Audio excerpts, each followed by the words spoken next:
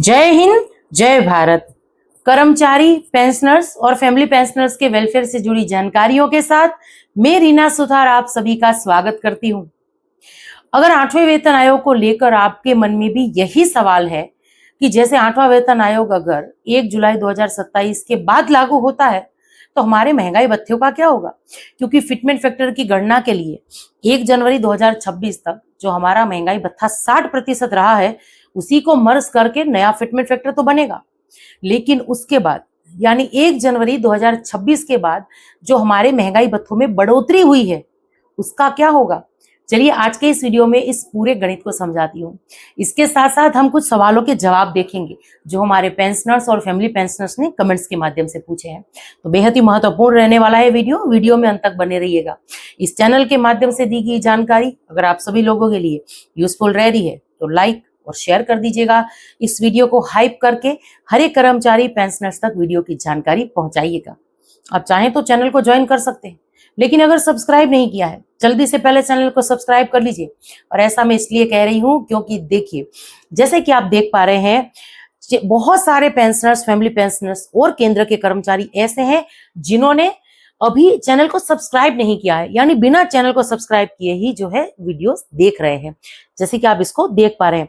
हालांकि एक बात अच्छी है, इसमें बहुत सारे यानी 57.6% लोग ऐसे हैं जिन्होंने चैनल को सब्सक्राइब कर लिया है, वो देख रहे हैं। जिन्होंने चैनल को सब्सक्राइब नहीं किया है फिर भी चैनल देख रहे हैं, उसकी संख्या बेहद ही कम है, जिसकी मुझे खुशी है। लेकिन जो ये 42% लोग हैं वो भी जल्दी से चैनल को सब्सक्राइब कर लीजिए और नोटिफिकेशन ऑन करिए ताकि हर एक वीडियो की अपडेट आप लोगों तक पहुंचती रहे। तो चलिए इसी के साथ आज के इस वीडियो की शुरुआत कुछ कमेंट्स के साथ करती हूँ। इसके बाद हम डीए की पूरी गणना समझेंगे और साथ ही में एक नजर देखेंगे 7वें वेतन आयोग में जिस तरीके से हमारी सैलरी और पेंशन में बढ़ोतरी हुई थी उसके बारे में।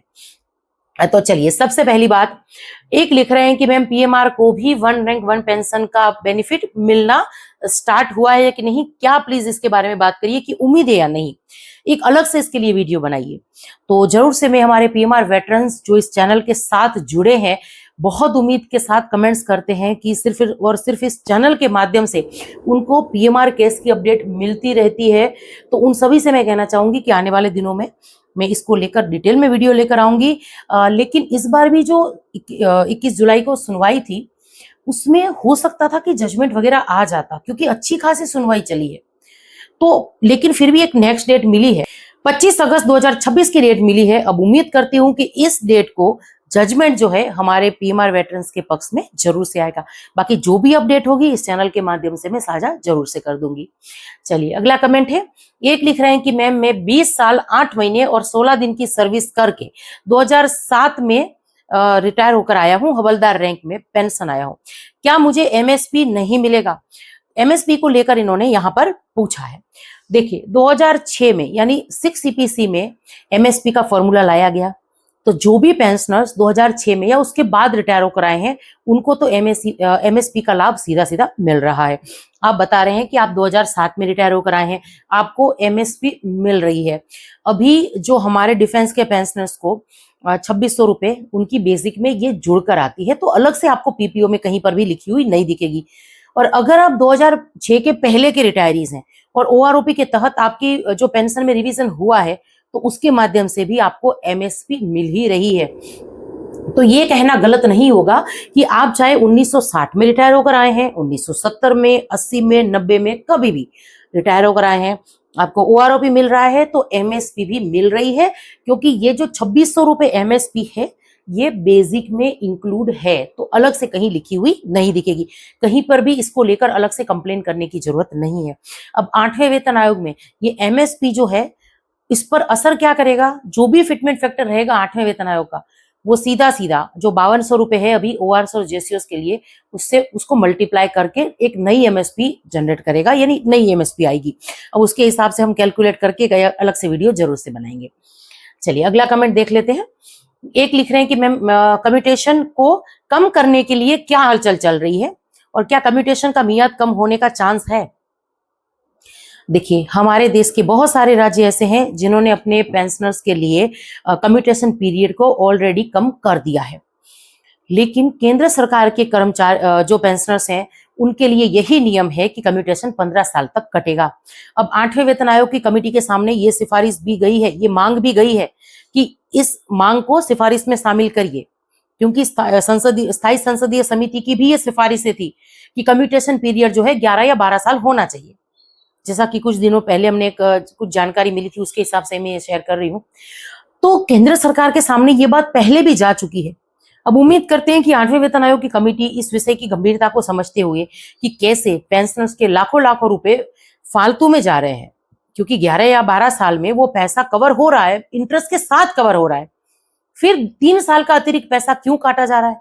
चलिए अब 10 साल नहीं कर रहे, 11 साल नहीं कर रहे, 12 साल कर लीजिए, 12.5 साल कर लीजिए, 2.5 साल का फिर भी पेंशनर्स का पैसा बचेगा। तो ये करना ही चाहिए। अब 8वें वेतन आयोग की कमेटी से ही उम्मीदें हैं कि वो अपनी सिफारिशों में इस बात को शामिल करेगी और केंद्र सरकार इस पर डिसीजन लेगी। चलिए अगला कमेंट है, एक लिख रहे हैं कि मैम जुलाई 2026 से DADR कितना बढ़ेगा?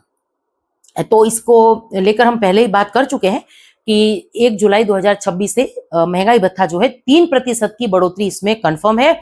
4% की बढ़ोतरी तभी हो सकती है जब केंद्र सरकार जो है चाहे, और मैं इसलिए ऐसा कह रही हूं क्योंकि अभी तक यानी 1 जुलाई 2026 तक महंगाई भत्ता जो है 63.78 तक पहुंच गया है, प्रतिशत तक पहुंच गया है। तो अब ये जो 78% एक्स्ट्रा है उस जो पॉइंट के बाद के, अगर उसको राउंड ऑफ करके 64 तक केंद्र सरकार पहुंचाती है तो 4% की बढ़ोतरी होगी, वरना 3% की बढ़ोतरी आप कंफर्म मानकर चल लीजिए। चलिए अगला कमेंट है, एक लिख रहे हैं कि फैमिली पेंशनर्स को MSCP मिलता है।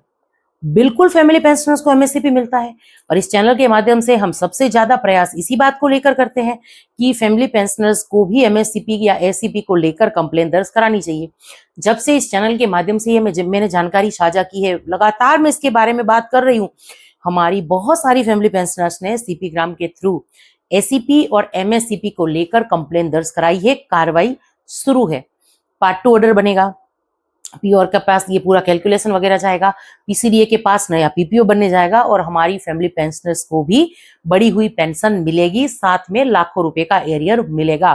तो आपके आसपास भी कोई फैमिली पेंशनर्स ऐसी हैं जिनको ACP या MSCP के बारे में नहीं पता है, चेक करवाना चाहती हैं कि लागू है, लेकिन अगर नहीं मिला तो हमसे संपर्क करिए, मैं कंप्लेन भी खुद दर्ज करवा दूंगी। चलिए अगला कमेंट है, एक लिख रहे हैं कि मैम DSC कोर्ट केस में जो 13 साल 9 महीने का केस जीता था, तो क्या उनको पेंशन मिलने लगी है या नहीं? प्लीज रिप्लाई करिए। जी अभी ऐसे कोई भी पेंशनर्स जो ऐसे DSC केस के जो ये केस था, आप सब इसके बारे में जानते हैं, जो अभी आपने कमेंट्स में पूछा है, कोर्ट केस तो जीत गए हैं, लेकिन अभी किसी की भी ऐसी जानकारी नहीं है कि उनका नया PPO जनरेट होकर आया या उनको मतलब पेंशन मिलने लगी है। जैसे ही इसकी अपडेट होगी चैनल के माध्यम से मैं जरूर से शेयर कर दूंगी, क्योंकि मुझे एक बात पता है कि हमारे इस चैनल के साथ ऐसे बहुत सारे पेंशनर्स जुड़े हैं जो जिनका ये कोर्ट केस लगा था DSC का, तो वो भी उम्मीद के साथ वीडियो देखते हैं कि अपडेट होगी। वकील साहब से तो हमें शायद बाद में पता चले, लेकिन इस चैनल के माध्यम से जरूर से पता चल जाएगी, तो हम भी इन उम्मीदों पर खरा उतरने की पूरी कोशिश करते हैं। चलिए अगला कमेंट है, एक लिख रहे हैं कि नमस्ते मैम, मैं एक हवलदार, इन्होंने अपना नाम वगैरह लिखा है। आगे लिख रहे हैं कि 18 साल और 29 दिन सर्विस करके ऑन रिक्वेस्ट यानी कि PMR आया हूं, और मेरी बेसिक पे 20,728 है, टोटल पेंशन 33,165 रुपए है। प्लीज मैम ये चेक करना है कि क्या मेरी पेंशन जो है ठीक आ रही है या नहीं।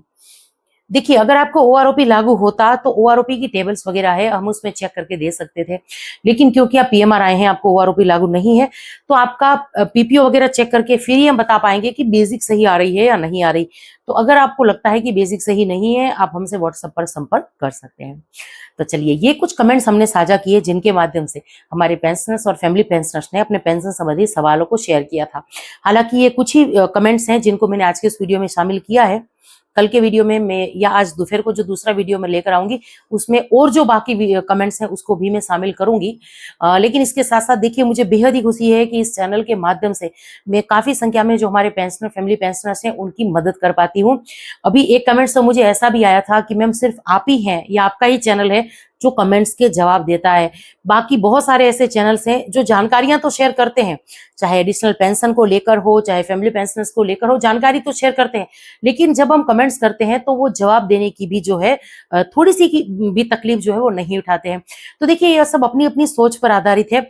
मैंने जब इस चैनल को शुरू किया तो मेरा उद्देश्य यही था कि मैं ज़्यादा से ज़्यादा हमारी फैमिली पेंशनर्स और हमारे जो सर्विस पेंशनर्स हैं उनकी मदद कर पाऊँ। और आज मुझे बेहद ही खुशी है कि इस काम में आप सब लोग भी हमारी मदद कर रहे हैं, क्योंकि बहुत सारे कॉल मुझे ऐसे आते हैं जहाँ पेंशनर्स या फैमिली पेंशनर्स कॉल करके कहते हैं कि मैम हम CSD गए थे, वहां से हमें आपके नंबर मिले, या MI रूम गए थे, MH गए थे, पॉलीक्लिनिक में थे, तब हमें आपके नंबर मिले, या हमें किसी हमारे दोस्त ने कहा कि आप इस मैम को कॉल करिए, ये आपकी मदद जरूर से करेंगे।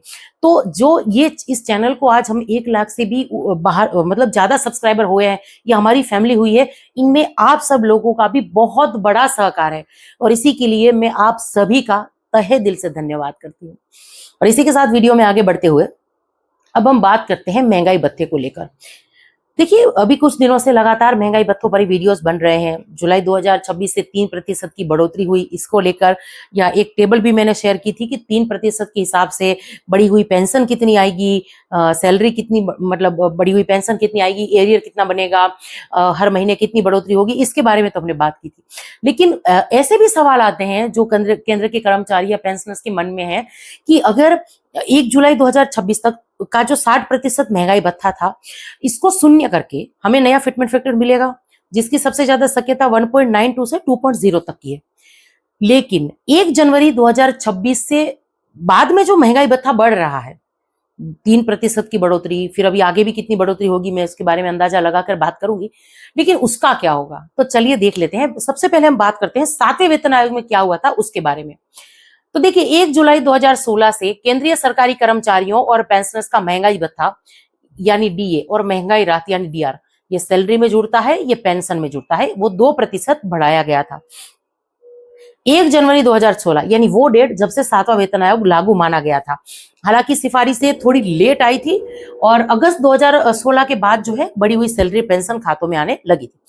तो 1 जनवरी 2016 यानी DA-DR जो है 0% हुआ था, क्योंकि 7वें वेतन आयोग लागू होने पर DA को मूल वेतन पेंशन में जो है समाहित कर दिया गया था। फिर 1 जुलाई 2016 से 2% DA-DR लागू हुआ, यानी बढ़ना शुरू हुआ। अब देखिए, 1 जनवरी 2016 में 0% था DA, 1 जुलाई 2016 को 2% बढ़ा, 1 जनवरी 2017 को 4%, जुलाई 2017 को 5%, 2018 को 7 हुआ था, 2018 को 9, 2019 को 12%, 2019 को मतलब जुलाई 2019 को 17%, 1 जनवरी 2020 से रोक दिया गया था। 17% होने पर कोविड के कारण वृद्धि जो है उसको रोका गया था, और 1 जुलाई 2020 को भी 17% ही रहा। कोविड के कारण इस वृद्धि को रोका गया था, जो अभी हम बात करते हैं कि 18 महीनों का कोरोना काल का, तो वो इस टाइम का है।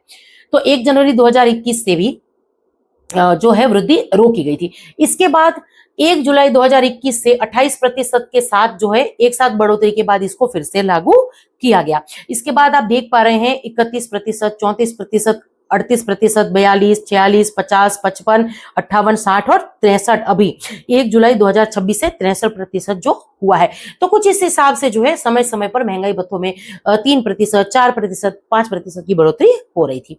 अब देखिए, यदि 8वां वेतन आयोग जो है जून जुलाई 2027 में लागू होता है तो क्या होगा, उसका एक एग्जाम्पल देखते चलिए। मान लीजिए कि आपकी नई मूल पेंशन यानी बेसिक जो है नए फिटमेंट फैक्टर के बाद 30,000 बनी है, ये मैं पेंशन की बात कर रही हूँ। यदि 1 जुलाई 2027 तक DA जो है 69% होता है तो क्या होगा, 1 जनवरी 2060 का 60% फिटमेंट फैक्टर में समाहित माना जाएगा, यानी 69 में से ये 60% को तो माइनस ही कर लीजिए, तो आगे की गणना जो है वो 9% के हिसाब से होगी। उसके बाद बढ़ा हुआ 9% DA जो है अलग से मिलेगा, यानी DR अलग से मिलेगा। 9% DA DR को जुड़ाकर यहाँ पर 2700 रुपए बन रहा है 30,000 के हिसाब से। तो कुल पेंशन कितनी बनेगी, 30,000 प्लस 2700 जो ये हमें नए 9% के हिसाब से मिले थे, तो 32,700। कुछ इस हिसाब से जब 8वां वेतन आयोग लागू होगा तो हमारी सैलरी में या पेंशन में बढ़ोतरी होगी। अब देखिए, प्रभावी तिथि क्या रहने वाली है, 1 जनवरी 2026 यानी ये 60% था तो जीरो, जो महंगाई भत्ता है वो जीरो हो जाएगा। इसके बाद ये 3% की बढ़ोतरी जो 1 जुलाई 2026 से आप देख पा रहे हैं। अब हम ज्यादा भी न मानकर चले, पिछले कुछ अनुभवों से देखें महंगाई भत्तों में जिस हिसाब से बढ़ोतरी हो रही है 2% की, या इस बार 3% की बढ़ोतरी हुई है, तो देखिए अनुमान लगाइए कि 1 जनवरी 2027 से 3% की बढ़ोतरी के साथ हमारा महंगाई भत्ता 66% हो रहा है, यानी 6%। और इसके बाद 1 जुलाई 2027 से 69% के आसपास हो रहा है, तो 9%। तो कुछ इस हिसाब से जो है अतिरिक्त हमें डीएडीआर जो है हमारी सैलरी या पेंशन में देखने के लिए मिलेगा। तो अब नई मूल पेंशन यानी बेसिक अगर पेंशन की बेसिक अगर बढ़ाकर 20 हो जाती है, 25 हो जाती है, 30 हो जाती है, 35 या 40 भी हो जाती है, तो आप देख पा रहे हैं 3% के हिसाब से 600, 750, 900, 1050 और 1200। तो उसी के हिसाब से 6 और 9% के हिसाब से जो है डीएडीआर में बढ़ोतरी ज्यादा से ज्यादा 3600। तो कुछ इस हिसाब से जो है हमारे महंगाई भत्तों में बढ़ोतरी होगी। यानी जब वेतन आयोग लागू होगा तो अभी आपको जो पैसा मिल रहा है उसको माइनस करके भी जो है नया एरियर 8वें वेतन आयोग को आपको मिलेगा। तो कुछ इस हिसाब से वेतन आयोग में जो है कामकाज होता है। उम्मीद करती हूं कि ये सारी जानकारी आप सब लोगों को पसंद आई होगी, और 8वें वेतन आयोग से जुड़ी हुई कोई नई जानकारी, कोई नई अपडेट अगर जानना चाहते हैं तो कमेंट्स के माध्यम से जरूर से शेयर करिएगा। मेरा अगला वीडियो उसी विषय पर होने वाला है। तो चलिए इसी के साथ आज के इस वीडियो से विदा लेती हूँ। जय हिंद।